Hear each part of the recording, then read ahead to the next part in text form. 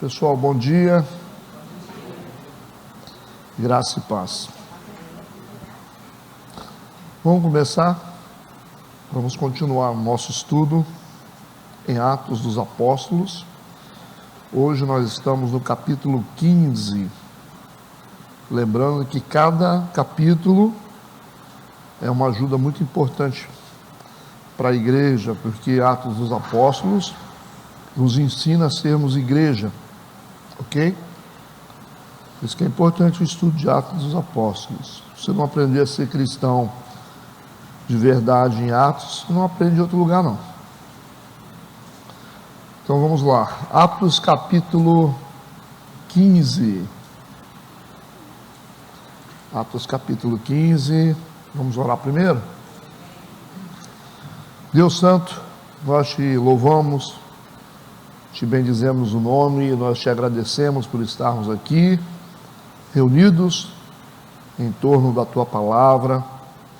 Obrigado pelo teu Santo Espírito, nos dê uma manhã muito abençoada, para que possamos cumprir esse propósito de aumentar o nosso conhecimento a respeito das coisas espirituais.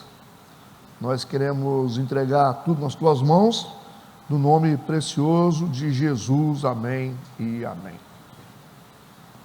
Vamos lá, Atos capítulo 15, vamos ler alguns versículos. Então, alguns que tinham descido da Judéia, ensinavam assim os irmãos: se não vos circuncidardes conforme o uso de Moisés, não podeis salvar-vos. Tendo tido Paulo e Barnabé não pequena discussão e contenda contra eles, resolveu-se que Paulo e Barnabé e alguns dentre eles subissem a Jerusalém aos apóstolos e aos anciãos sobre aquela questão. E eles, sendo acompanhados pela igreja, passavam pela Fenícia e por Samaria, contando a conversão dos gentios, e davam grande alegria a todos os irmãos. E quando chegaram a Jerusalém, foram recebidos pela igreja e pelos apóstolos e anciãos. Eles anunciaram quão grandes coisas Deus tinha feito com eles. Alguns, porém, da seita dos fariseus, que tinham crido, se levantaram, dizendo que era mister circuncidá-los e mandar-lhes que guardassem a lei de Moisés. Congregaram-se, pois, os apóstolos e os anciãos para considerar este assunto, e havendo grande contenda, levantou-se Pedro e disse-lhes: homens e irmãos, bem sabeis que já há muito tempo Deus me elegeu dentre nós para que os gentios ouvissem da minha boca a palavra do evangelho e crescem. E Deus, que conhece os corações, lhes deu testemunho, dando-lhes o Espírito Santo, assim como também a nós, e não fez diferença alguma entre eles e nós, purificando os seus corações pela fé. Agora, pois, por que tentais a Deus, pondo sobre a cerviz dos discípulos um jugo que nem nossos pais, nem nós podemos suportar? Mas cremos que seremos salvos pela graça do Senhor Jesus Cristo, como eles também. Ok. Então vamos entender esse capítulo. Esse capítulo, ele é de extrema importância, por quê? Porque ele trata de um problema que é muito comum dentro das igrejas. O contexto desse capítulo gira em torno de um problema que acontece muito dentro das igrejas. E nós vamos entender qual é o problema no decorrer do estudo, ok? Então vamos lá. Versículo 1. Então, alguns que tinham descido da Judéia ensinavam assim os irmãos: se não vos circuncidardes conforme o uso de Moisés, não podeis salvar-vos.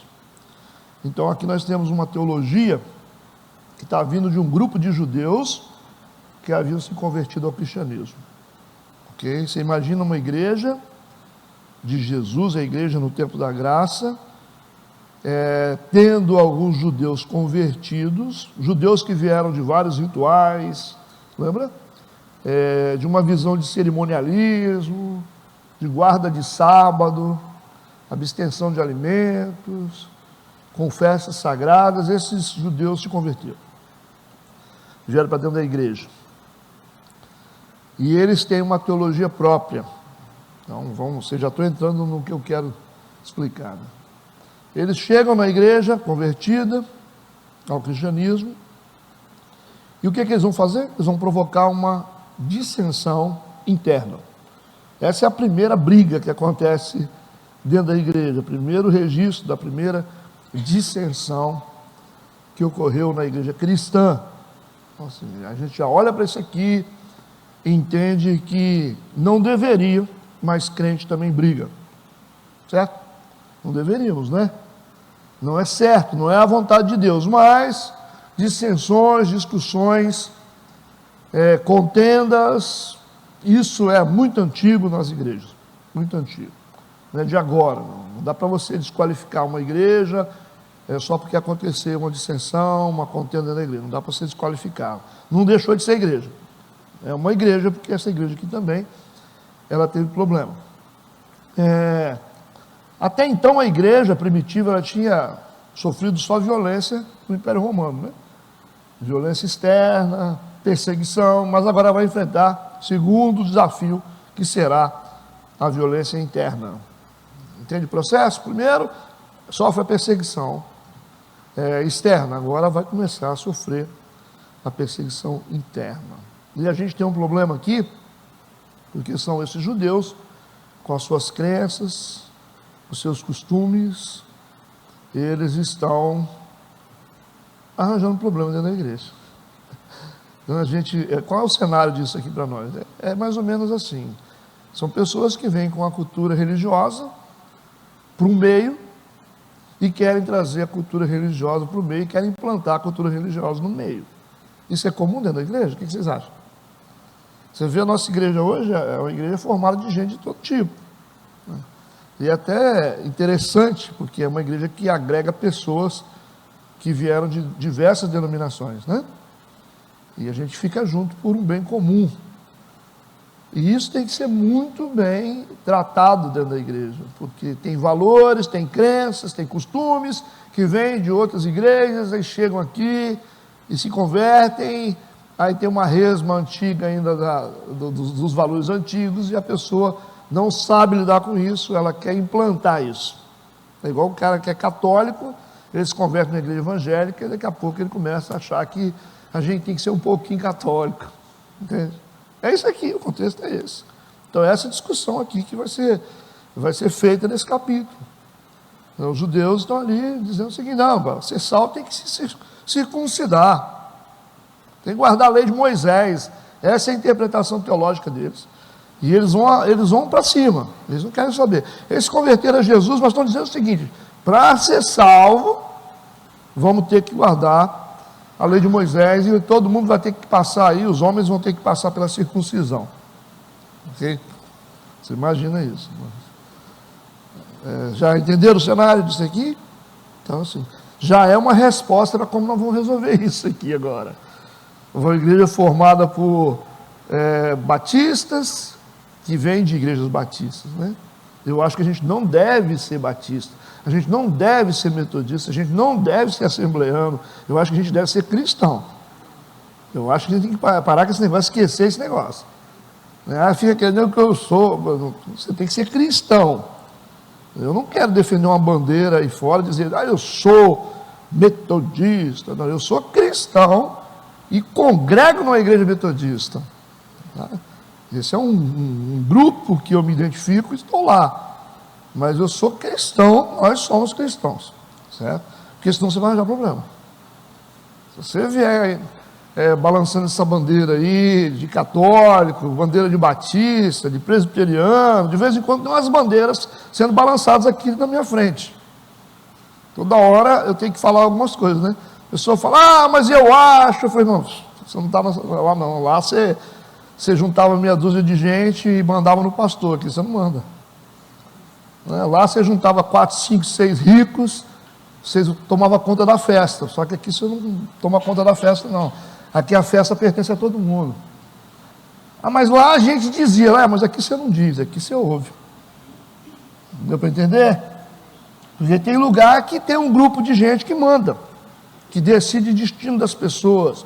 Manda matar, deixa viver, bota para fora, bota para dentro, e o pastor fica ali só, como coadjuvante. Não é verdade? Mas aqui tem outra cultura, aqui tem outros valores. É uma igreja que está fundamentada em outras bases, só que é preciso de um estudo desse, graças a Deus por isso, para poder fazer com que as pessoas entendam como é que a gente tem que lidar com isso com maturidade, porque senão daqui a pouco nós vamos ter mini igrejas dentro da igreja.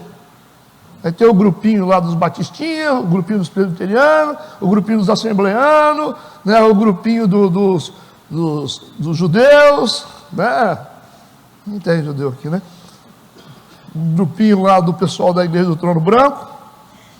É nós somos assim, a gente ora, nós somos assim, nós somos o pessoal da firmeza. Não vão, uma hora nós vamos tocar fogo nesse negócio aqui, uma hora nós vamos fazer isso aqui virar o que nós queremos. É mais ou menos assim que a maioria das pessoas chegam nas outras igrejas. Vocês duvidam disso? Vocês duvidam disso? Vocês acham que as pessoas sabem separar isso? As pessoas não sabem separar isso. Elas não conseguem entender que elas estão numa casa nova, numa família nova, que já tem valores enraizados. Então você tem que ter muita sabedoria. Tem que ter muita sabedoria, tem que ter muita inteligência, para você não se sentir mal, para você não ser uma pessoa inconveniente, certo? Uma pessoa inconveniente. Eu, por exemplo, quando eu vou pregar numa igreja de assembleia, eu tenho que respeitar o protocolo da assembleia. Vocês me verem pregando numa assembleia, vocês vão ver que eu estou igual o Marcos Feliciano. Não, aí nem tanto, Aí já escancarei, Pelo amor de Deus. Não, sério. Por quê? Porque são os valores que você tem que respeitar o protocolo, as falas, como que você lida com a Bíblia, como você tem que respeitar o protocolo, senão você não tem acesso a nada, não. Você imagina você pregar numa batista. Batista você tem que respeitar o protocolo. Você começar a dar tererê, retretré, meu filho, você vai ser expulso. Sério. O pessoal já começa a olhar de banda para você. Na hora do louvor você começar, glória a Deus. Vai na igreja cristã, lá do véu, onde eu fui criado, e começa a falar, aleluia. Fala, bate palma. Está endemoniado. Bateu palma. Pode bater palma. Então não dá para a gente ir com todas as nossas bagagens, os nossos espólios, jogar assim dentro da casa da pessoa e falar assim, vocês vão me aguentar aqui do jeito que eu sou. É só ser inteligente um pouquinho. Não precisa ser muito inteligente, é só ser. Para a gente ter uma convivência social, nós temos que respeitar os valores. E também, as pessoas que estão nos recebendo, elas também têm que respeitar que nós também temos valores. Não dá para a gente também pisar nas pessoas que vieram com valores, com suas crenças, com as suas tradições. A gente tem que ver o que é comum, e abrir mão de algumas coisinhas para a gente viver um propósito, entendeu? Percebe como que esse treino é tão atual para nós hoje, como é tão importante? Tudo bem? Então vamos lá, versículo 2.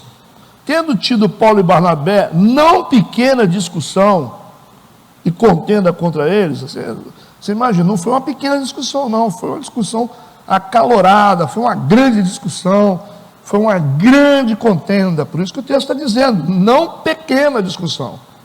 Nós temos aqui Paulo e Barnabé discutindo sobre isso, e provavelmente essa discussão, a princípio ela foi feita através de cartas, depois ela vai ser presencial, porque o texto está dizendo, tendo tido Paulo e Barnabé não pequena discussão e contenda contra eles, provavelmente eles estavam se comunicando com cartas.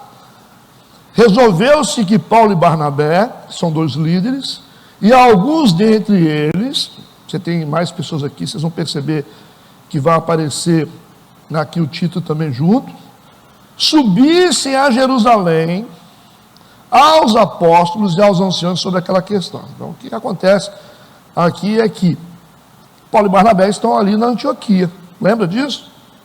Só que aí descobriram que tem uma contenda lá em Jerusalém, estão brigando, porque os judeus convertidos estão arranjando confusão, estão querendo que o povo, e os judeus aqui começaram a assumir liderança, né?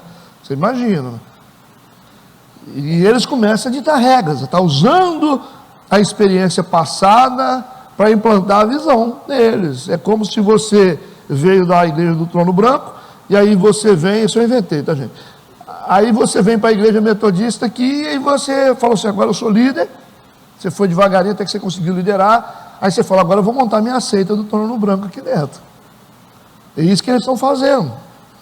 Eles aproveitaram da liderança deles para começar a estabelecer aqui a visão deles, os valores deles, tudo que eles tinham no local que eles estavam. Por isso que Paulo e Barnabé começam a discussão com esses judeus à distância e eles resolvem montar aqui uma delegação, Paulo, Barnabé e alguns outros discípulos, alguns outros apóstolos, né, líderes, decidem subir a Jerusalém para tratar disso cara a cara, entendeu?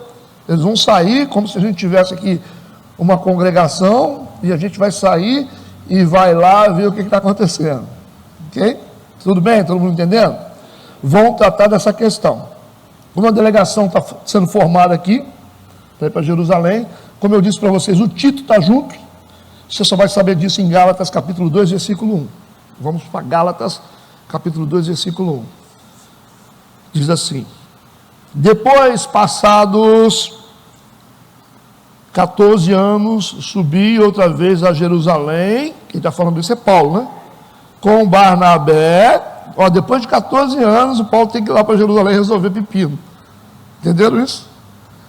E ele vai levar junto com ele o Barnabé, também com ele vai levar o Tito. Tito está junto, certo? Como uma liderança. E também o Pedro vai estar nessa delegação, só que não vai aparecer aqui, vai aparecer mais na frente. Então tem uma galera ali. Pedro faz parte desse grupo que vai lá resolver. No versículo 7 você vai ver o Pedro aparecendo. Tudo bem? Nós temos aqui a princípio Barnabé, que é um homem de muita autoridade, respeitado. Nós temos Paulo, o apóstolo Paulo. Nós temos o Tito e temos também Pedro e alguns outros mais. Todo mundo concentrado aí no que está acontecendo, eles vão resolver isso aí. Versículo 3. E eles sendo acompanhados pela igreja, aí dá a impressão que a igreja está indo junto. Não é isso que dá a impressão? Se olhando para essa tradução, e eles sendo acompanhados pela igreja, passavam pela Fenícia e por Samaria, contando a conversão dos gentios e davam grande alegria a todos os irmãos. Então vamos entender primeiro essa interpretação aqui de forma certa. Não é a igreja que está acompanhando eles. A interpretação aqui, a princípio, está errada. Você tem que ler outras traduções para você entender. Está escrito o seguinte, no versículo 3. Então, sendo eles preparados para a viagem e despedidos pela igreja, entenderam agora?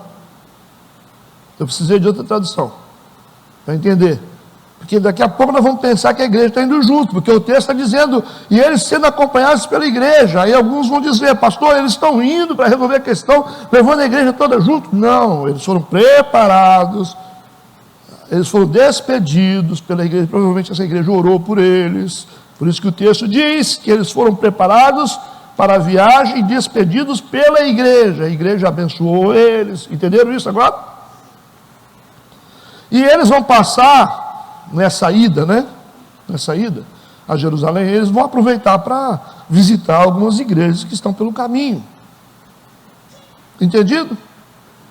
Nessa ida, para resolver o problema, a questão, eles vão aproveitar e visitar algumas igrejas que foram abertas ali pelo caminho. Versículo 4. Quando chegaram em Jerusalém, foram recebidos pela igreja e pelos apóstolos e anciãos. E lhes anunciaram quão grandes coisas Deus tinha feito com eles. A recepção foi formal, lógico, né? Para receberem líderes apostólicos, uma recepção formal, bacana. Estão contando aqui o que aconteceu, o que Deus está fazendo. Paulo está dizendo, ele e Barnabé dizendo, Deus fez tantas coisas, tanta gente convertida, nós estamos pregando o evangelho, então está contando. Primeira coisa a ser tratada aqui não é o assunto em questão principal. Primeiro, uma recepção boa, né, contando as coisas boas que aconteceram, depois vai vir a questão mais difícil. Então a recepção foi normal, o assunto vai ser abordado depois. O que Paulo e Barnabé e Tito e os demais estão fazendo aqui, eles estão relatando os milagres, as conversões ocorridas durante a missão. Tudo bem? Todo mundo entende? Sigamos. Versículo 5. Alguns, porém, da seita dos fariseus. Como é que Lucas pega firme aqui, né? Está chamando de seita, né, dos fariseus, que tinham crido, ou seja, são judeus que se converteram, se levantaram, aí levantaram no meio da reunião, né, eles, o pessoal do trono branco, e disseram que era necessário, necessário, circuncidá-los e mandar-lhes que guardassem a lei de Moisés. Então são gentios, é gente que não faz parte da comunidade judaica, todos que foram se convertendo, gentios aí, ok? Vão ter que se circuncidar. Se tiver algum homem que não foi circuncidado aí, pode entrar na fila, senão não vai ser salvo, e vai ter que guardar a lei de Moisés. Estranho isso, né? Entende? É como se chegasse uma notícia para a gente aqui na igreja de Colatina, que a nossa congregação em outra cidade está fazendo isso, todas as pessoas que estão se convertendo lá, o pastor está dizendo o seguinte, a partir de agora vocês vão ter que guardar o sábado. Entende?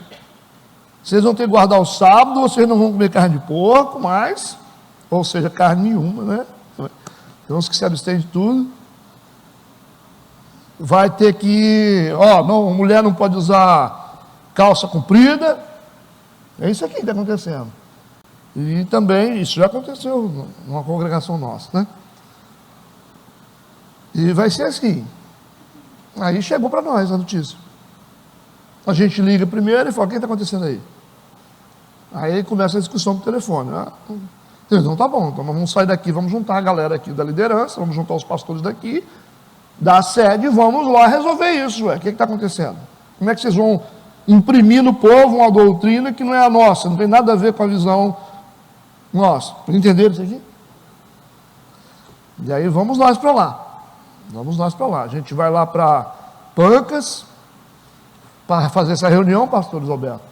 E no caminho a gente passa ali em Lajinha, né? Tem uma congregação ali. Na Reta Grande tem outra, a gente vai lá visitar o pessoal também. A gente chega lá, nós somos bem recebidos lá. O pessoal trata a gente bem, dá um cafezinho, tal, abraça a gente conta como é que a igreja aqui está crescendo. A igreja metodista está bom, muita gente se convertendo, estamos fazendo discipulado, tá? E agora, depois a gente vai para a reunião, aí o pessoal do trono branco levanta e começa a falar. Tem que ser assim. Entendeu o contexto? Então, toda pessoa que quisesse se tornar membro efetivo tinha que fazer isso. E a gente está assim, né? Como mulher traída, não estão sabendo de nada. Como assim? Não dá para fazer assim, né? Entendeu? Isso é muito comum, como eu disse para vocês, repito, tem pessoas que vêm de outras igrejas, trazendo doutrinas que não tem nada a ver com a igreja atual, com a igreja local. E que essas doutrinas estão encravadas na mente deles, ok? E está tentando implantar isso na igreja atual.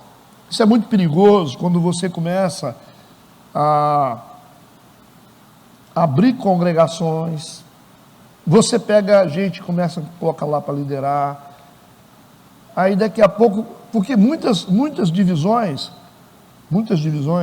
acontecem a partir disso, do desejo de implantar uma visão. Aí quando você tem a oportunidade, você quer transformar as pessoas que estão debaixo da sua autoridade em pessoas que seguem a sua visão. Isso é um problema muito sério que acontece nas igrejas hoje. A gente tem que estar vigiando o tempo todo aqui na igreja. O tempo todo. Tem que ficar vigiando o tempo todo, eu vou pisando no freio de todo mundo aqui, assim. Porque eles começam a liderar, daqui a pouco eles começam a querer trazer para dentro do grupo uma coisa que não tem nada a ver com a igreja metodista. Entende o que eu estou falando? Eles começam a liderar, assumem posição, daqui a pouco eles querem implantar aquilo que eles não conseguiram viabilizar lá atrás, e agora eles têm uma oportunidade, que afinal eu fui reconhecido como líder, e daqui a pouco nós temos uma visão, que é uma divisão dentro da igreja. Então eu tenho que vigiar isso toda hora. Vocês acreditam que isso é possível ou não? Não é possível. Então você tem que ter gente muito inteligente para poder lidar com liderança de igreja. Você tem que ter gente que sabe o seu lugar, que fala, não adianta. Não adianta. Não adianta que nós não vamos conseguir. Nós não vamos conseguir transformar isso aqui na igreja do Trono Branco. Estou dando exemplo aqui para não falar o nome de igreja, tá? Entenderam? Então, e aí, olhando para cada um de vocês, o que vocês pensam a respeito disso?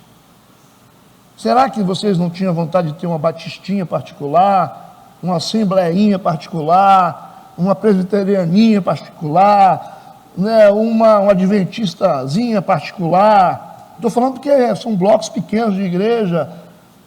O que vocês acham? Vocês acham que não seria... talvez muitos de vocês não estariam motivados, ou de repente a transformar num pequeno G12zinho, né? Na visão do celular, a gente tem que fazer célula aqui, o senhor tem que virar apóstolo, pastor, sabe? Pedir dinheiro, assim, fazer aquele negócio de honra mesmo, assim, para a gente, né? O senhor ir para Israel, depois o senhor busca um pouco de poder, lá, mergulha no Jordão. Não sei, né? Bom, de vez em quando está precisando de um pouco de visão celular aqui, para ver se o povo abre a mão também, né? Que pelo menos o pessoal da visão celular, eles são generosos financeiramente, graças a Deus por isso, né? Eles são liberais para poder ajudar a obra. De vez em quando tem que deixar, né? Mas de vez em quando tem que ser um pouco tradicional também. Tem gente que está muito solto, né? Tem gente que fica muito solto na espiritualidade, começa a ver anjo toda hora, desce Miguel, desce Rafael, desce Salatiel, desce Mirabel, desce tudo. E aí você tem que falar, calma, irmão, vamos ser tradicional um pouco. Você está muito exaltado. Calma. Não, porque eu vejo, os anjos estão passando para cá, aqui debaixo das minhas pernas, aqui.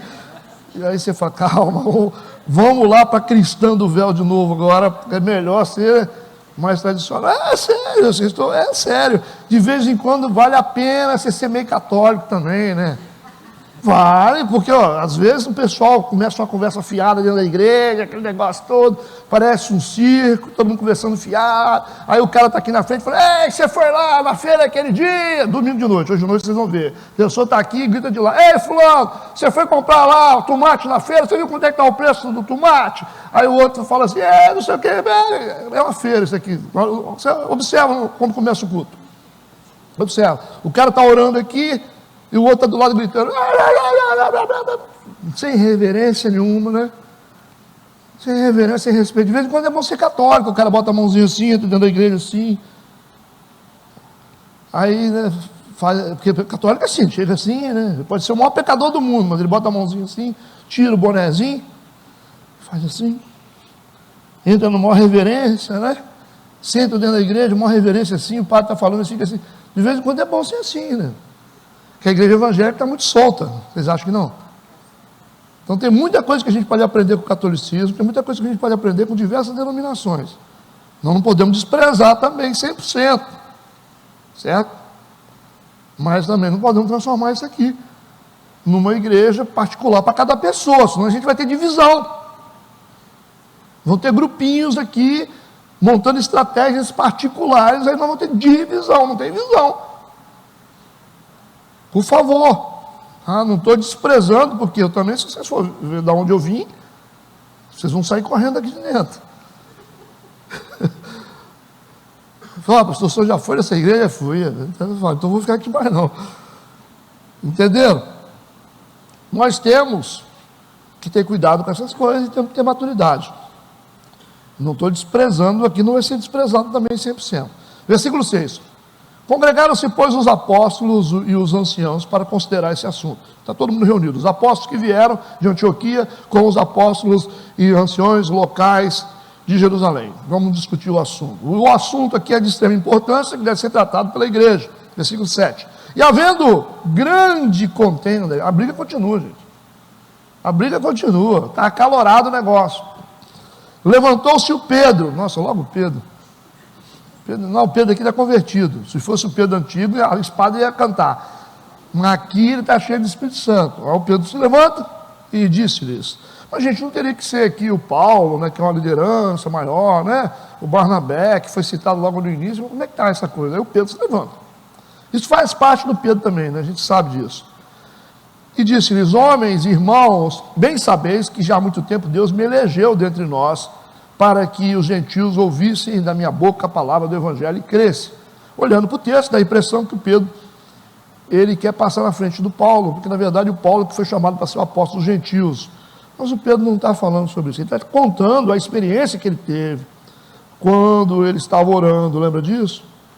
Aí ele teve uma visão, onde apareceu um lençol atado por 4 pontas, parecendo um jarro, parecendo ali, né, o vaso, e dentro desse vaso, dentro desse lençol, né, que parecia um vaso, tinha vários animais ali dentro, de diversas espécies. Aí Deus falou assim: mata e come. Ele falou: de maneira nenhuma, vou matar e comer isso, tem animal imundo aí. Aí Deus disse para ele: não considere imundo aquilo que eu já purifiquei. Não pode ser considerado imundo aquilo que já foi purificado. Então, estava dizendo o seguinte: os gentios foram aceitos por Deus e não são considerados imundos porque Deus purificou. Ele está contando que ele foi o cara que teve a primeira experiência de entender que os gentios poderiam se converter. E ele vai para onde? Ele vai atrás, vocês lembram lá? Na casa de quem? Vai para a casa do Barnabé lá. E começa a pregar os gentios. Ele está contando: gente, Deus falou comigo e eu comecei a pregar, eu acreditei nisso. Então é essa a experiência que ele está contando, ok? Versículo 8 e 9. E Deus que conhece os corações, ele vai dizer, continua dizendo, lhes deu testemunho, dando-lhes o Espírito Santo. Aos gentios, né? Assim como também a nós. Não fez diferença alguma entre eles e nós, purificando seus corações pela fé. Ele está falando aqui sobre a conversão dos gentios. Ele disse: a mesma graça que visitou cada um de nós que somos judeus, que Pedro é judeu, também visitou os gentios. Ok? Isso que ele está dizendo. Por que ele está falando isso? Porque vocês querem colocar julgo sobre eles. Vocês estão querendo que eles façam coisas. Vocês estão dificultando a entrada deles no reino de Deus. Vocês estão querendo dizer que eles não podem fazer isso, que não pode fazer, que tem que fazer isso. Que isso? É isso que Pedro está questionando. Ele tomou a frente e falou. Versículo 10, 11. Agora, pois, ele diz: por que tentais a Deus? Pondo sobre a serviço dos discípulos um jugo que nem nossos pais, nem nós podemos suportar. Vocês estão tentando colocar uma lei sobre os ombros deles que nem nós conseguimos cumprir. Mas cremos que seremos salvos pela graça do Senhor Jesus Cristo, como eles também. Entenderam? Pedro está falando sobre o mesmo princípio expresso por Paulo em Gálatas capítulo 5, verso de 1 a 6. Ele está citando exatamente isso. Sobre esse jugo que a religião nos colocava e que a gente está tentando colocar nos outros. Gálatas 5, verso de 1 a 6. Olha o que Paulo diz. Estai, pois, firmes na liberdade com que Cristo nos libertou, e não torneis a colocar-vos debaixo do jugo da servidão. Eis que eu, Paulo, vos digo que se vos deixar de circuncidar, Cristo de nada vos aproveitará. Se vocês, agora que se converteram, se vocês se circuncidarem, é como se a cruz não servisse para nada. Se vocês acreditarem que é a lei de Moisés que vai salvar vocês, se são os rituais do Antigo Testamento, se é a circuncisão que vai dar entrada no céu, o que adiantou a morte de Cristo? Paulo está falando isso aqui. Não adianta. Se eu começar a guardar sábado, eu estou fazendo a mesma coisa que a lei fazia antigamente. Mas Jesus não cumpriu a lei do sábado. Jesus não cumpriu os mandamentos porque nós não conseguimos cumprir. Ele veio para cumprir, porque a lei condenou todo mundo. Então ele veio, cumpriu a lei, pagou a conta. Então nós estamos livres dessa conta. Nós estamos no tempo da graça. Ele falou: agora, se vocês querem voltar a fazer o que já foi cumprido, vocês estão jogando fora a crucificação? Ué? Não pode comer carne. Mas...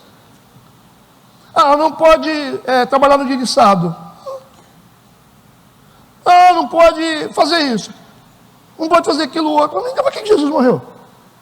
Então vamos cumprir a lei toda. Vamos cumprir a lei toda. Já que você quer guardar sábado, já que você quer guardar a proibição de alimentos, tudo bem, então vamos fazer o seguinte, quem adulterar vai ser apedrejado também, é lei. Ou você cumpre a lei toda, ou você não cumpre. Toda pessoa que for pega em adultério, os dois serão apedrejados em praça pública. Topa? Aí não. Você quer guardar o sábado? O sábado está na lei. O apedrejamento também está na lei. Vamos.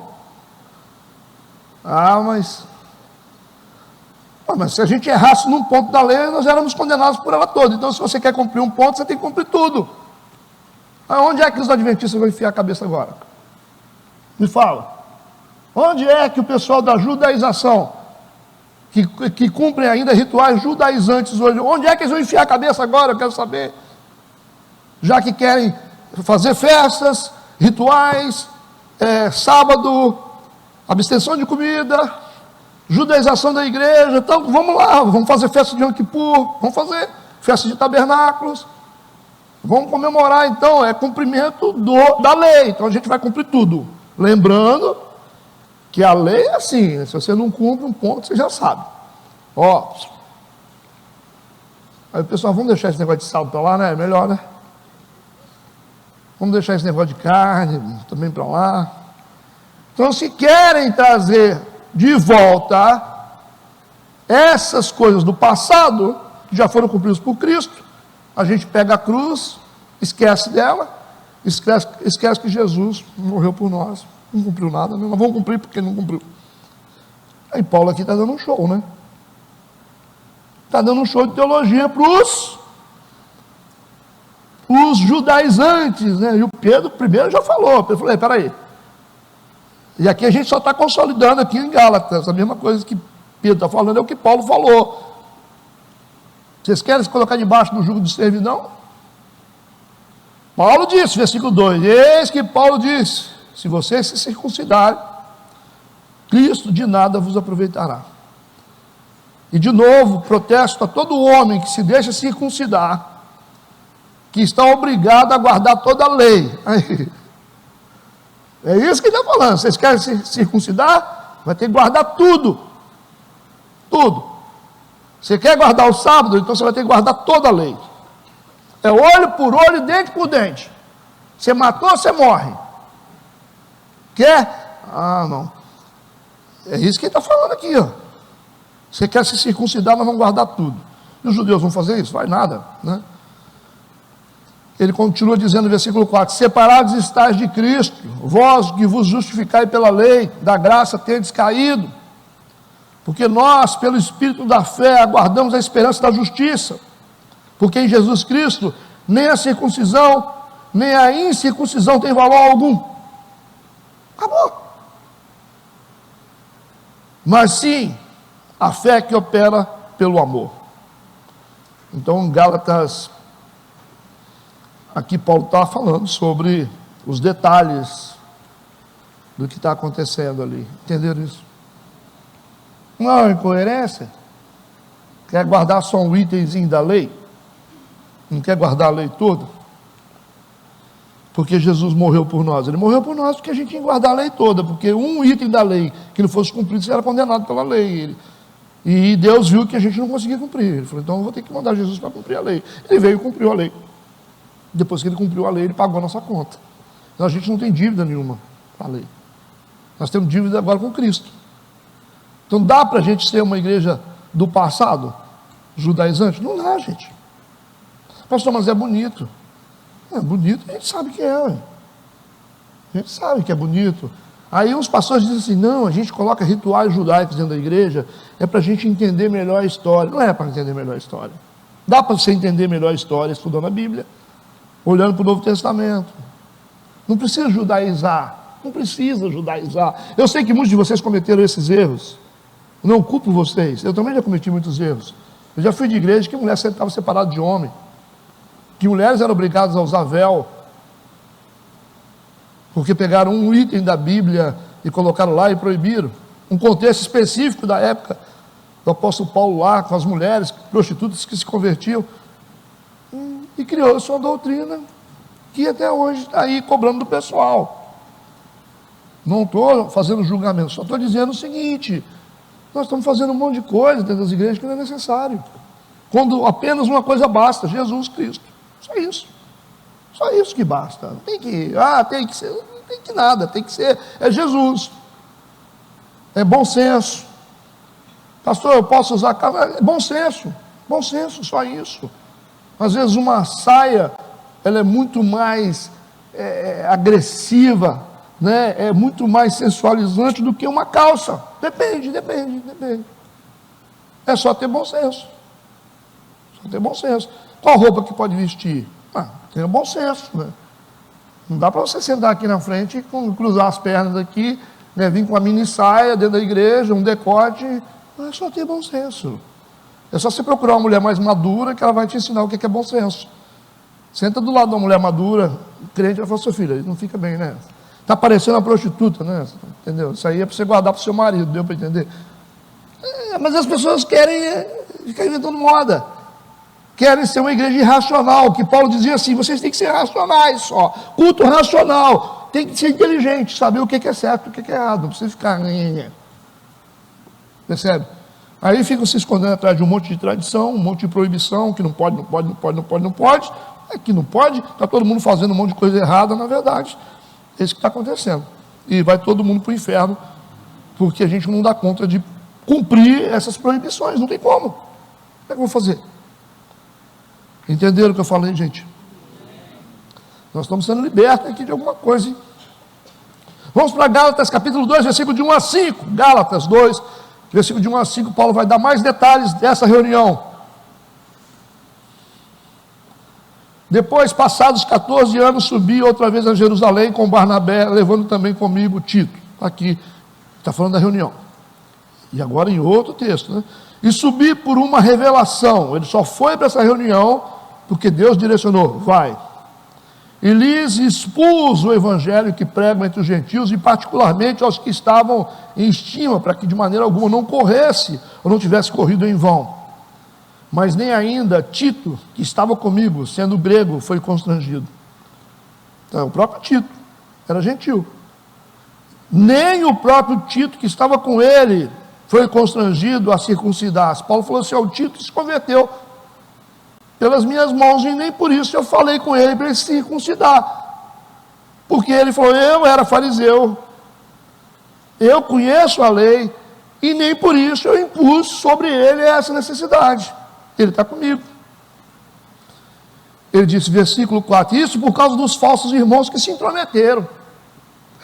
Os falsos irmãos que estão defendendo a judaização, que se intrometeram e secretamente entraram a espiar a nossa liberdade, que temos em Cristo Jesus, para nos pôr em servidão. Quer dizer, eles são escravos, eles querem que a gente seja também. Vai botar o dedo na cara das irmãs e falar assim: aí, está vendo, vocês ficam aí, entendeu?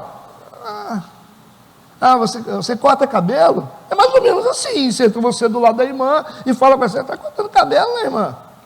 Está raspando debaixo do braço? Não pode não, hein? Eu falei: peraí, mas o pastor falou que nós estamos livres, e agora a irmãzinha ou o irmãozinho vão ficar regulando a gente com esses negócios? É isso aqui que está acontecendo, Paulo está dizendo. Isso por causa dos falsos irmãos que se intrometeram e secretamente entraram a espiar a nossa liberdade que temos em Cristo Jesus, para nos pôr em servidão. Eles são escravos e querem que a gente seja também. Aos quais nem ainda por uma hora cedemos com sujeição. Paulo falou: eu não vou ceder, nem por uma hora eu vou ceder, para que a verdade do evangelho permanecesse entre vós. Paulo disse: eu vou pegar firme com vocês, que tentam introduzir doutrinas ultrapassadas dentro da igreja, que é renovada, uma igreja que é de Cristo.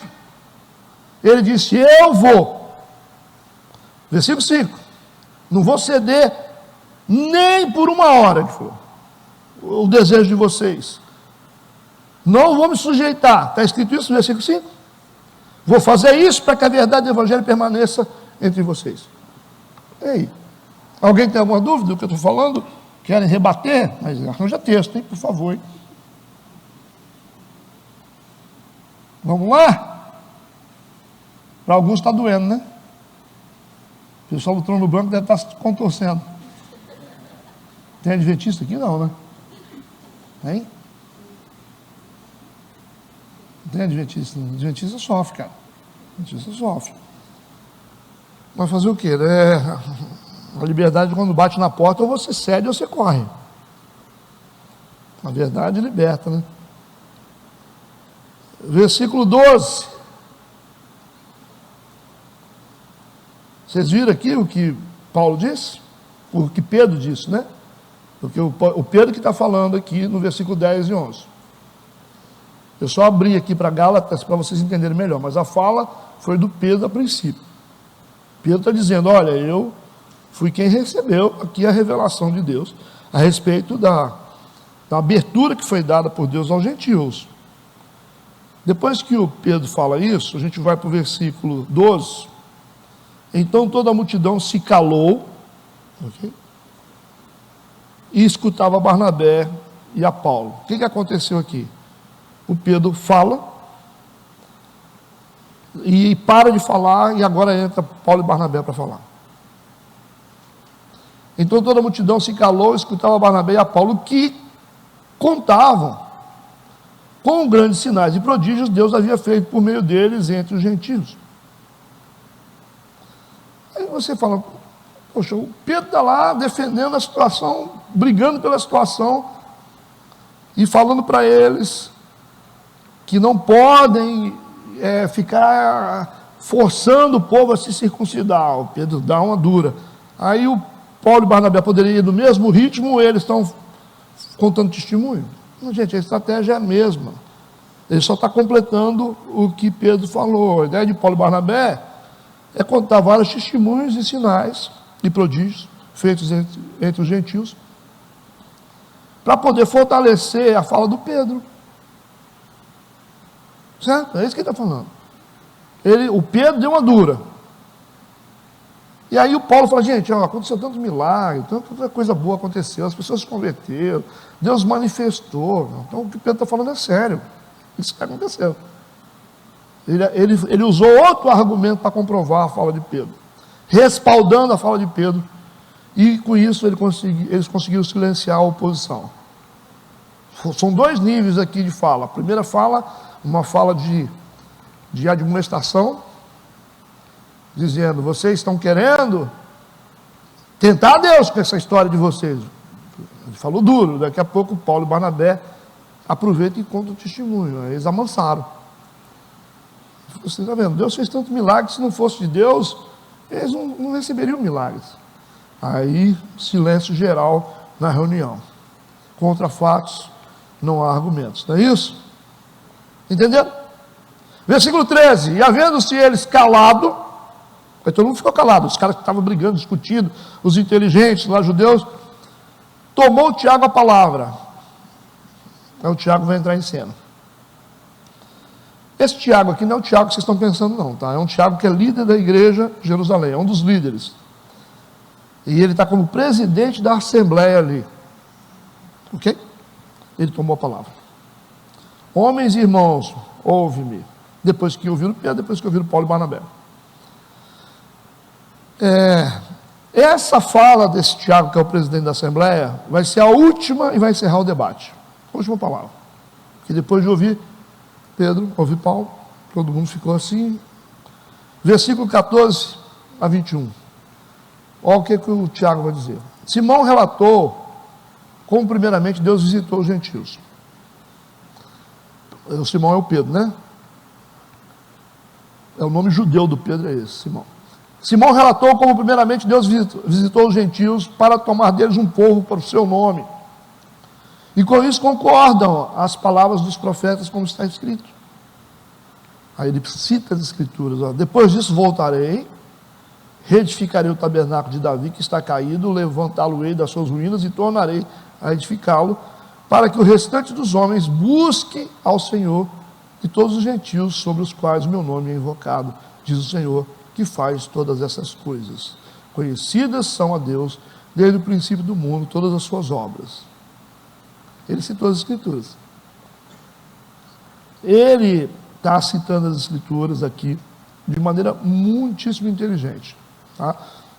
Nós temos aqui ele relembrando o que Pedro disse, você vê a inteligência do cara que é o conciliador. Ele falou assim, ó, Pedro falou isso. Ok. Agora vamos ver o que está escrito na Bíblia. Por isso que ele citou Pedro, agora ele cita o que está na Bíblia. E aí, ele vai continuar dizendo o seguinte: por isso, versículo 19, eu julgo que não se deve perturbar aqueles dentre os gentios que se convertem a Deus. Ok? Não fica perturbando o pessoal, não. Tá certo? Não fica, se você quiser guardar o sábado, você vai guardar, não tem problema não. Deus não vai ficar com raiva de você por isso não. Se você quiser também não usar maquiagem, pode ficar sem usar, certo? Tininha. Estou brincando. Se você quiser também não comer carne, tudo bem, isso aí é de cada um, Deus vai receber isso. Mas não fica obrigando os outros a fazer isso não, tá? Mano, pode fazer o que você quiser, você pode continuar usando aí sua saia, não usar maquiagem, não raspar debaixo do braço. Também se quiser guardar o sábado para guardar, você pode comemorar as festas aí judaicas, mas não fique falando pessoal que isso aí é obrigatório para a gente ser salvo não, tá bom? Pode ser? O Tiago está falando isso aqui, entendeu? É um direito meu, que eu faço o que eu quero da minha vida, mas eu não tenho que dizer que isso é regra de fé para as pessoas, não, cada um cuida da sua vida. Por isso ele diz, por isso julgo que não se deve perturbar aqueles dentre os gentios que se convertem a Deus. Aí ele vai fazer uma ressalva aqui, deixa esse pessoal livre. Eu sei que vocês têm os costumes de vocês gostam de guardar, isso aí é de vocês, mas os que se converteram agora, não fiquem imputando sobre eles não. Aí ele abre uma ressalva. Mas escrever-lhes que se abstenham das contaminações dos ídolos. Ó, vocês são livres, mas ó, cuidado com esse negócio de ficar se relacionando com idolatria, tá? Porque isso não pode, porque daqui a pouco vai pensar o seguinte, pode tudo, né? Pode tudo, então, está liberado geral aqui, ninguém vai pegar no nosso pé. Aí ele bota um freio aqui, entendeu? Ele fala assim, ó, só que é o seguinte, vocês têm que se abster das contaminações dos ídolos, da prostituição, tanto a sexual como a prostituição de idolatria, e do que é sufocado e do sangue, os animais que eram sacrificados nos rituais para isso. Vocês têm que parar com isso. Vocês vieram lá do mundo, mas vocês têm as manias de vocês. Tá certo? O que ele está dizendo é o seguinte, tudo bem, igreja, vocês se converteram agora. O pessoal do trono branco não tem direito de ficar aqui pegando no pé de vocês, porque eles têm alguns valores que são importantes para eles. Eles podem continuar tendo. Não tem problema, certo? Só não pode obrigar vocês. Aí todo mundo ficou feliz. Legal. Só que vocês param de beber cerveja, hein? Entendeu o que ele está falando? Vocês param de beber cerveja, vocês param de ir na boate que... o pessoal conhece a boate aqui. Como é que é o nome da boate aqui? O pessoal que vai aí, como é que é o nome? Como é? Como é que é o nome da boate? Não, essa boate aqui. Como é que você pega o peixe no anzol? Vocês perceberam como é que pega? Eu joguei o anzol e foi de boca. Eu falei, fica aí. Você viu, João, como é que pega o peixe? Encheu o peito, entendeu? Eu fui leve da boate aqui, ó. 15, como é que é o nome da boate? Top 15, eu nem sei onde é isso. Pessoal que vai aí, como é que é o nome da boate? Você entendeu? Mas eu fui aqui em Maria das Graças e fui lá no 15 de outubro. Peixe morre pela boca, hein? Calma, Carlos, relaxa que é brincadeira. Entendeu? É Lex, né, Boate? Então ele está falando o seguinte, vocês têm liberdade, mas não dá para vocês ficar postando no Instagram de vocês as idas de vocês na boate. E nem ir na boate, os copões de cerveja de vocês aí, vocês estão achando que está tudo leve aqui na igreja. É isso aí. Está certo que o pessoal aqui está cobrando, tem um pessoal que pega pesado mesmo. que é mais, né, rigoroso na disciplina, mas isso não quer dizer que a igreja metodista é uma igreja onde vocês podem ficar aí mostrando fotinha de fio dental no Instagram. Entendeu? É isso aqui que o Tiago está falando. Aí lascou, né? Nós somos livres, né? De vez em quando, assim, a gente tem que pegar uns aí, né? Sensualizando, né? Olha, eu não tenho nem tempo para ficar tocando no Instagram dos outros. Eu fico sabendo que os outros me falam. Eu tenho mais o que fazer do que ficar vigiando a vida dos outros. Mas as pessoas mandam para mim. Mandam os links. Cara, mulher crente que fica sensualizando, ela está mandando um sinal para alguma coisa. Mulher casada que está sensualizando na internet, ela está mandando um sinal para o mercado masculino. Ela está dizendo o seguinte: eu não estou feliz aqui dentro do meu casamento, não. Estou na área, hein? Não é? Conversa com a psicóloga aí que ela vai falar para vocês como é que funciona isso. Essa necessidade de sensualizar internet. Para quê? Se esse negócio aí, esse corpo todo é tudo do marido, ele tem que saber disso aí, no quarto fechado. Não tem, o mercado masculino é igual vender carro, né? Aí você passa uns meses e você vê a notícia: ô pastor, sabia que fulano caiu aí, descobriu que tinha um amante. Mas já deu para desconfiar, né? O cara faz vista grossa. Não posso falar nada, e a mulher faz o que quer, começa. Está faltando um pouco de inteligência nos homens, eu acho. Acho que falta um pouco. Eu acho que falta inteligência nos homens. De observar essas coisas e falar assim: você está fazendo isso aqui por quê? Estou te entendendo, não? Que história é essa? Tem que tocar um rebu, rapaz. Se não tocar um rebu, você não salva o seu casamento, não. Já pensou? Coisa linda, né? Sua mulher está lá na internet. Como assim? Aí aquele caminhão de curtida de homem embaixo. Candidato, né? Aí o mercado começa a se posicionar. O mercado começa a ficar alvoroçado, né? Por isso que acontecem as coisas, né? Culpa do homem, culpa da mulher. Não ouve o que se fala aqui na frente, entra aqui, sai do outro lado. Não, vai indo. Depois você vai fazer campanha lá no outro lugar para poder salvar o seu casamento, né? Que eu avisei. Por isso tem que tomar um pouco de cuidado com essas coisas. Então o que Tiago está falando, voltando para o texto, ele começa a colocar aqui um freio e dizer o seguinte: ninguém vai cobrar nada de vocês aqui não, mas vocês estão muito soltinhos para o meu gosto. Vocês estão se achando muito, vocês são muito renovadinhos, né? A gente na igreja metodista é renovada.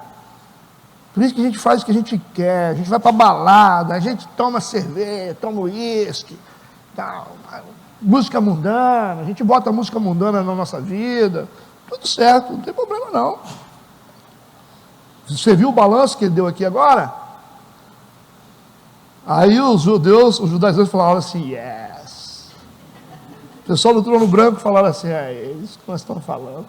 Porque, cara, não adianta você ficar também, você libera, daqui a pouco vai todo mundo para o buraco.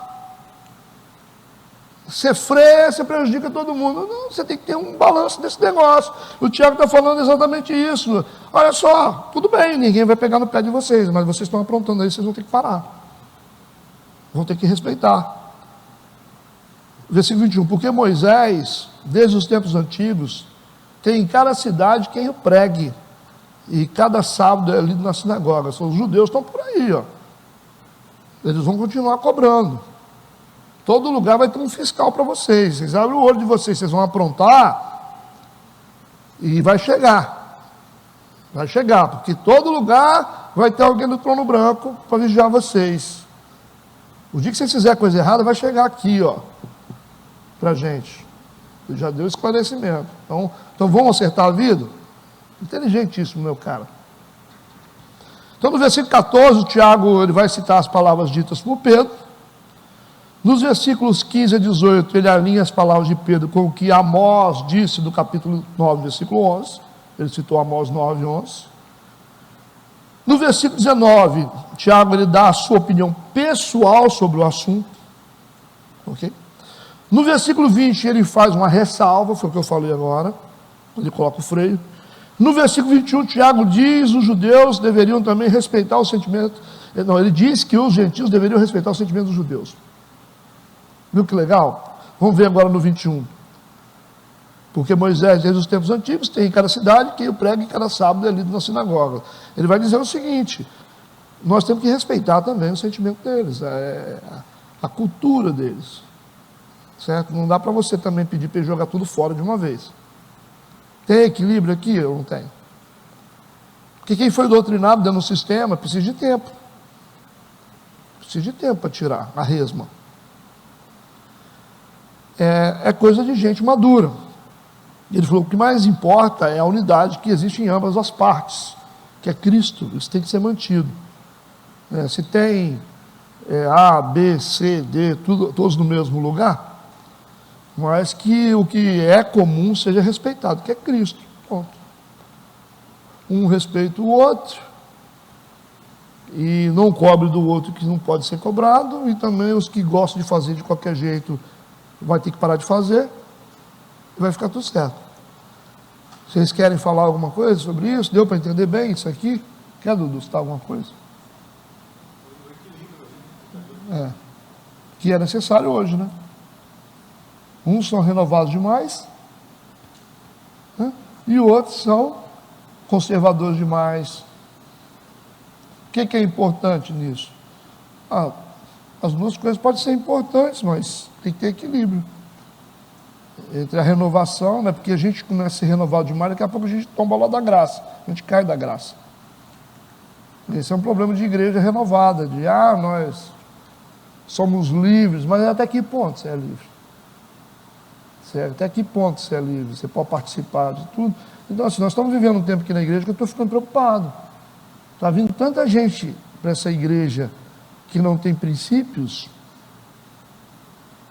tanta gente que não tem princípios, que eles pegam e falam: eu sou da igreja metodista.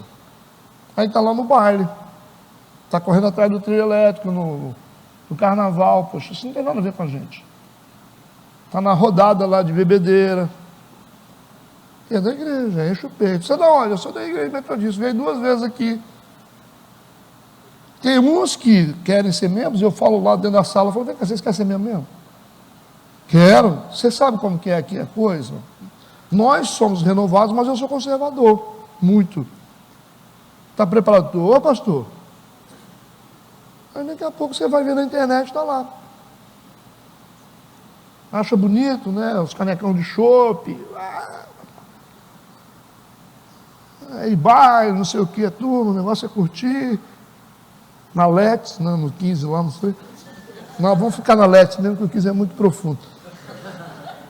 Está na Let's, batendo foto com os amigos, o importante é viver, né? Aí depois vem no segundo domingo aqui tomar Santa Ceia, rapaz, não pode prender isso. Eu vou ter que pedir para Deus matar esse povo.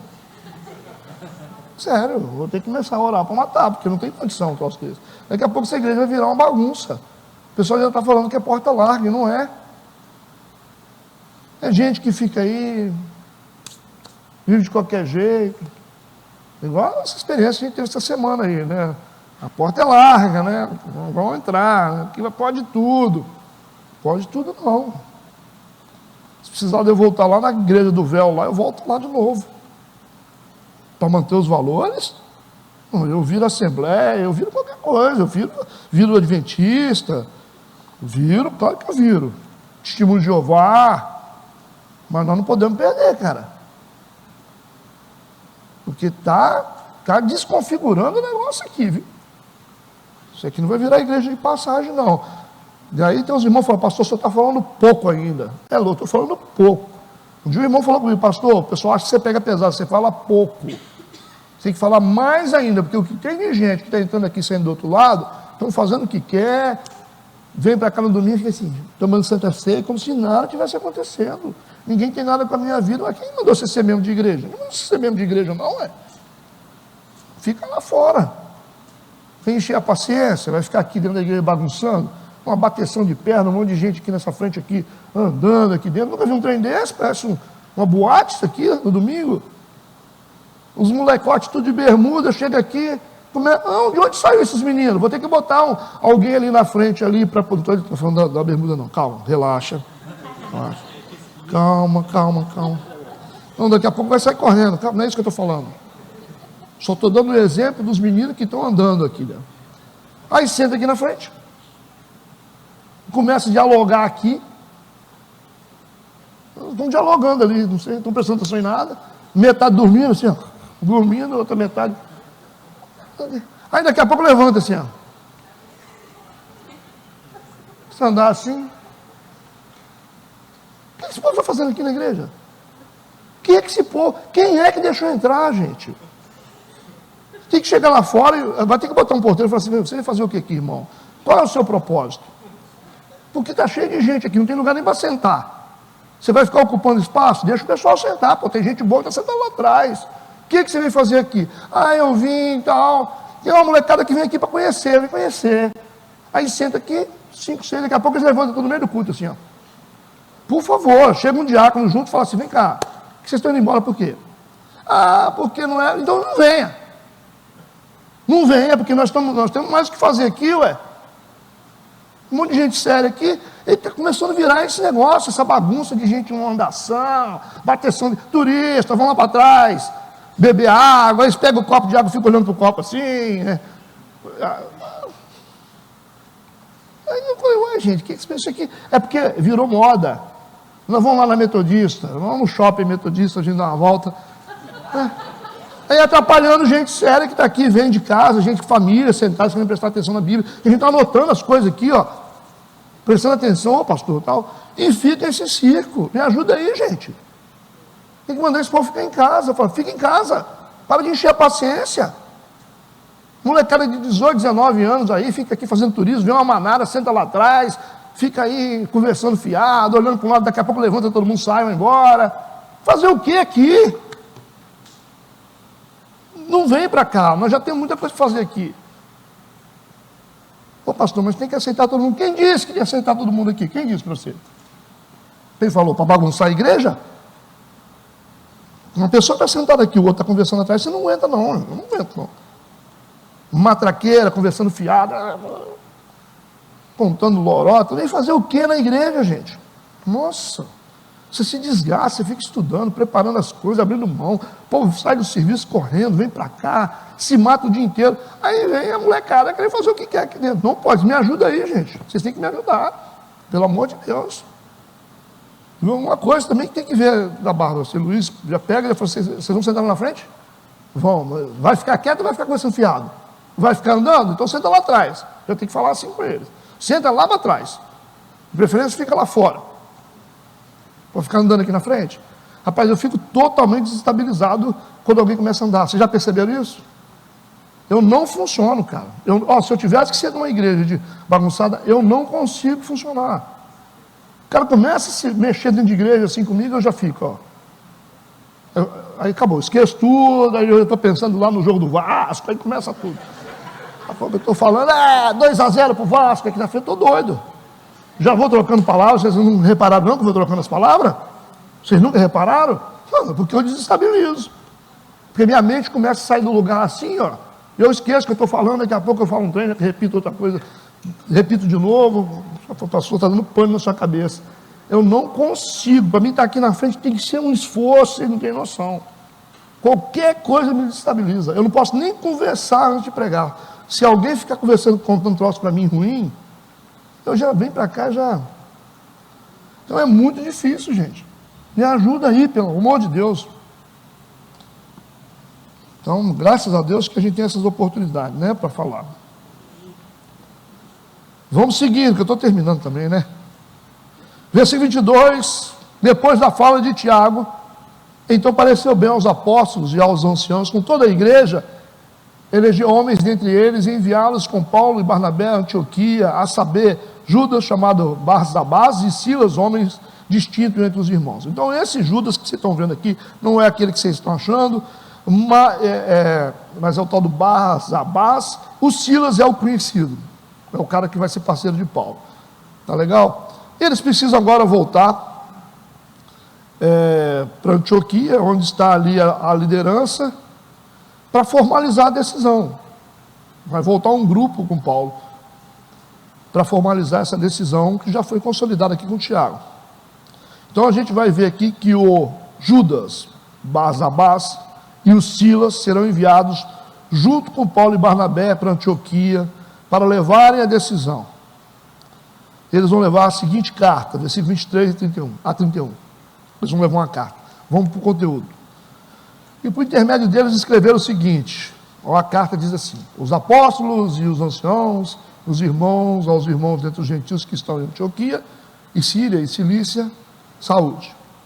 Porquanto ouvimos que alguns que saíram dentre nós vos perturbaram com palavras, aí já consideraram uma perturbação, registraram isso em carta, e transtornaram as vossas almas, dizendo que deveis circuncidar-vos e guardar a lei, não lhes tendo nós dado mandamento. Eles fizeram isso sem autorização.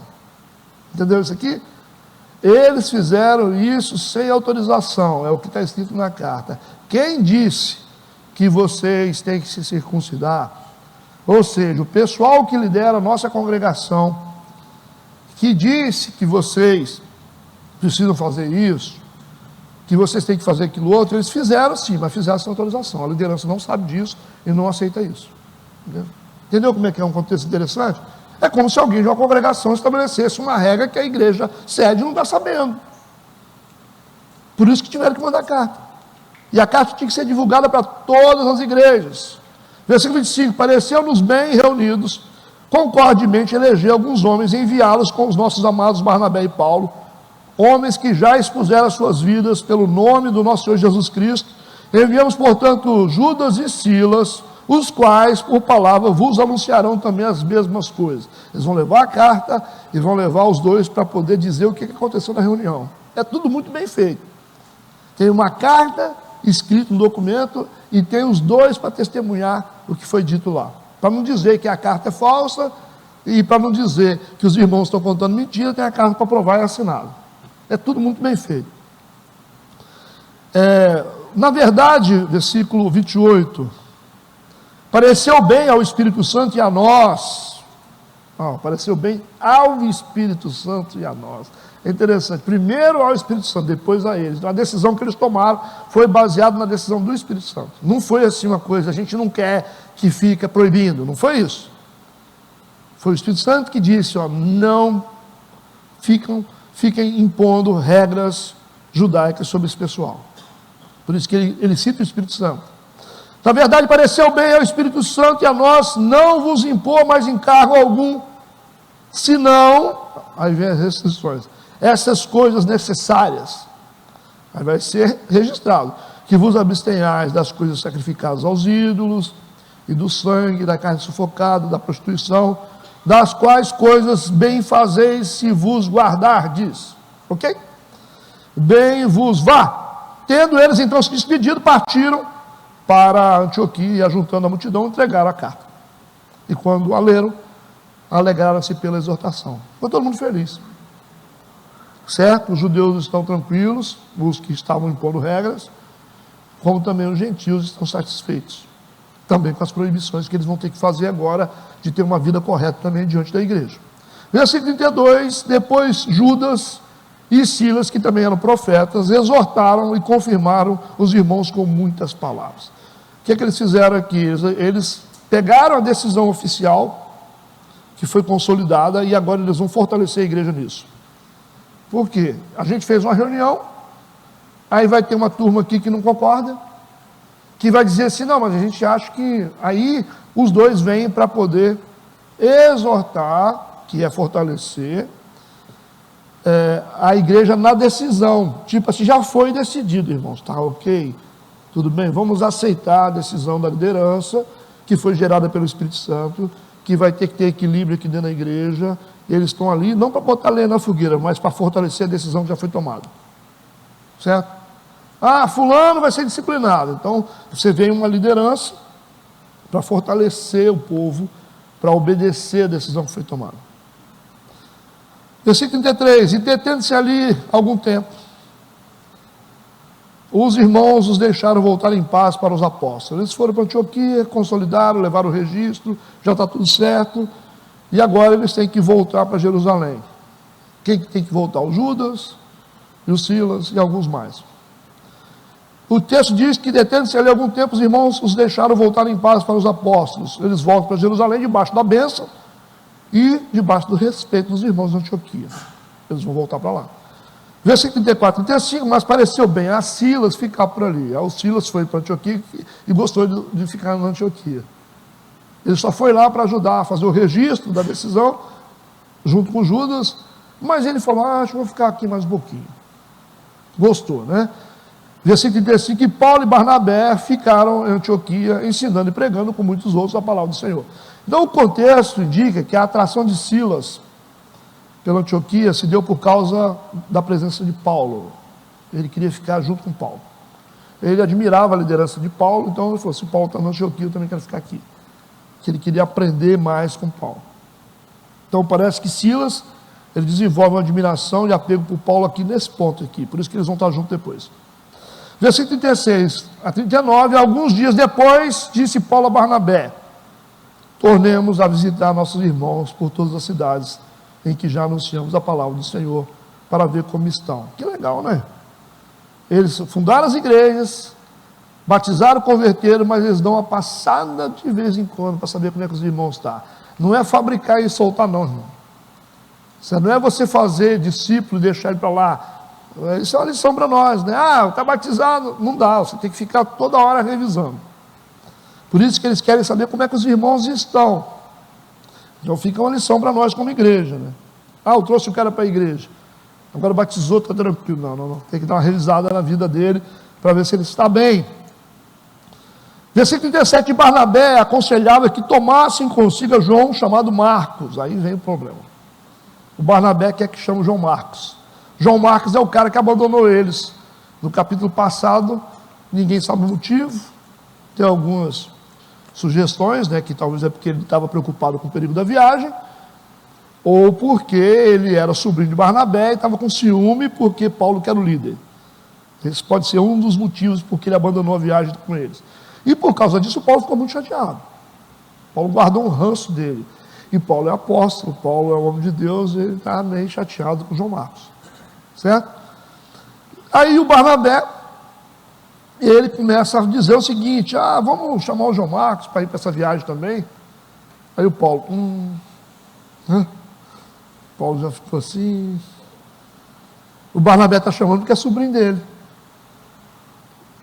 Tem um lado aqui que é legal, né? Porque o Barnabé está disposto a ir atrás do João Marcos para cuidar dele. E saber porque que o João Marcos está assim, porque que ele dispersou, porque que o João Marcos, né? Então o Barnabé está preocupado. O Barnabé tem um homem de caráter. João Marcos talvez saiu, abandonou os dois por ciúme, mas o Barnabé, a intenção dele de ir para onde está João Marcos é de cuidar dele, não deixar ele se perder. E ele propõe, Paulo, vamos levar ele com a gente, porque, né? O que você acha, Paulo? Vamos levar ele na viagem, Paulo. Está aqui, ó.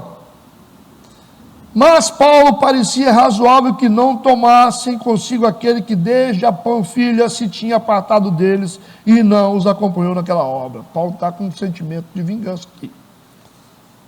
É estranho, né, a gente ver Paulo assim, mas é normal, porque crente também fica com raiva. Está guardando uma mágoazinha, não está? Ou não? O Paulo falou, não, João Marcos não, né? Ele deixou a gente na mão lá atrás, chamar esse cara de volta. O Paulo não concordou. O versículo 39, por causa dessa decisão de Paulo, então, houve contenda entre eles. Barnabé e Paulo vão brigar. Por causa disso. Porque Paulo não aceitou a sugestão de trazer o sobrinho dele nessa viagem, porque Paulo estava magoado. Talvez o Barnabé disse, Paulo, você não é crente? Por que você está guardando mágoa do meu sobrinho?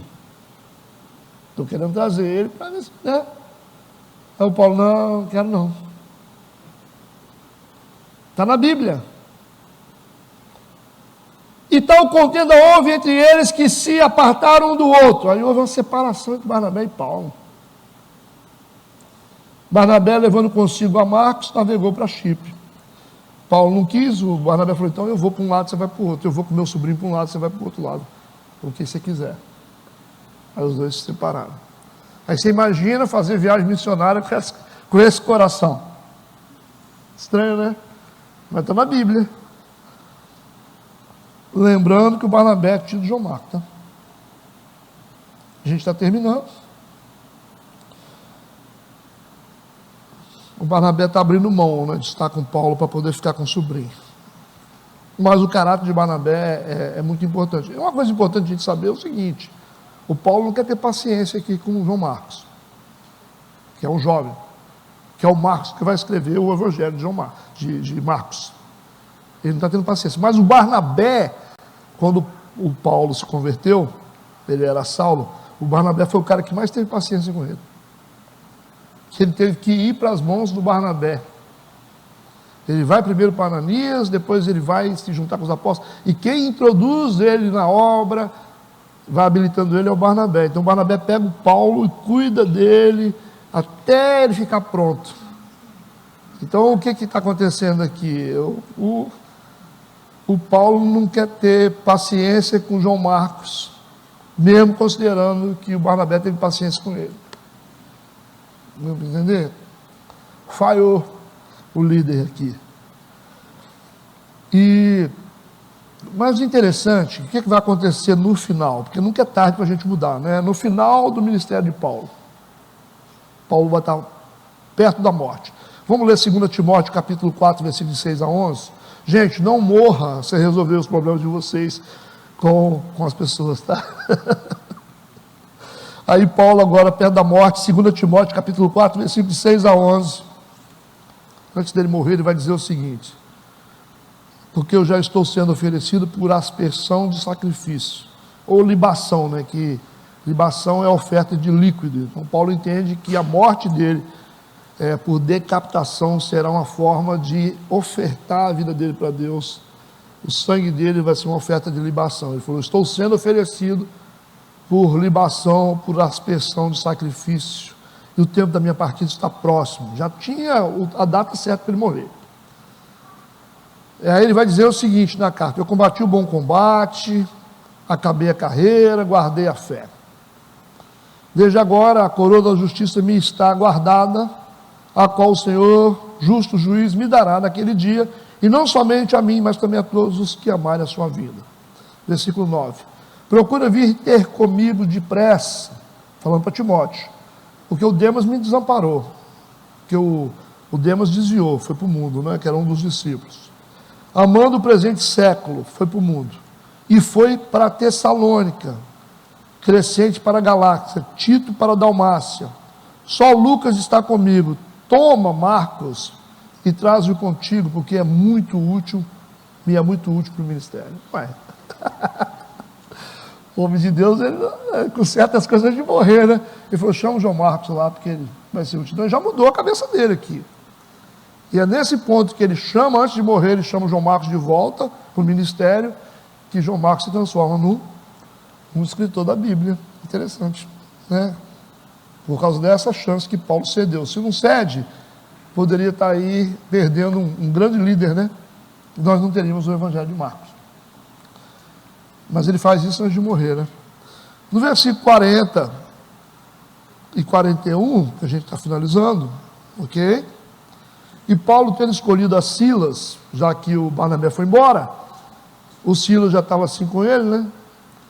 Partiu, encomendado pelos irmãos à graça de Deus, passou pela Síria e Cilícia, confirmando as igrejas.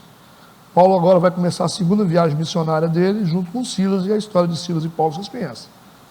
Eles vão ser presos, aquela coisa toda, né? Tudo bem? Acabamos cedo, né? Deus, nós somos gratos por estarmos aqui na tua casa, na tua presença. Obrigado.